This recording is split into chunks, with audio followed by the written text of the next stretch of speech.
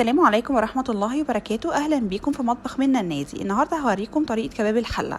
أول حاجة بنشوح اللحمة بتاعتنا المكعبات بعد ما بنغسلها في معلقتين 3 من الزبدة، وبعد كده بنضيف معاها البصل. بنحط على حوالي الكيلو اللحمة نص كيلو من البصل وبنشوحهم مع بعض، وبعدين بنضيف عليهم شوية مية. أول ما بتدخل في مرحلة السوى بنضيف البهارات بتاعتنا وبنضيف الصلصة، وبعد كده بنبدأ نضيف البطاطس، وكده بقت الوصفة بتاعتنا جاهزة، وبالهنا والشفا.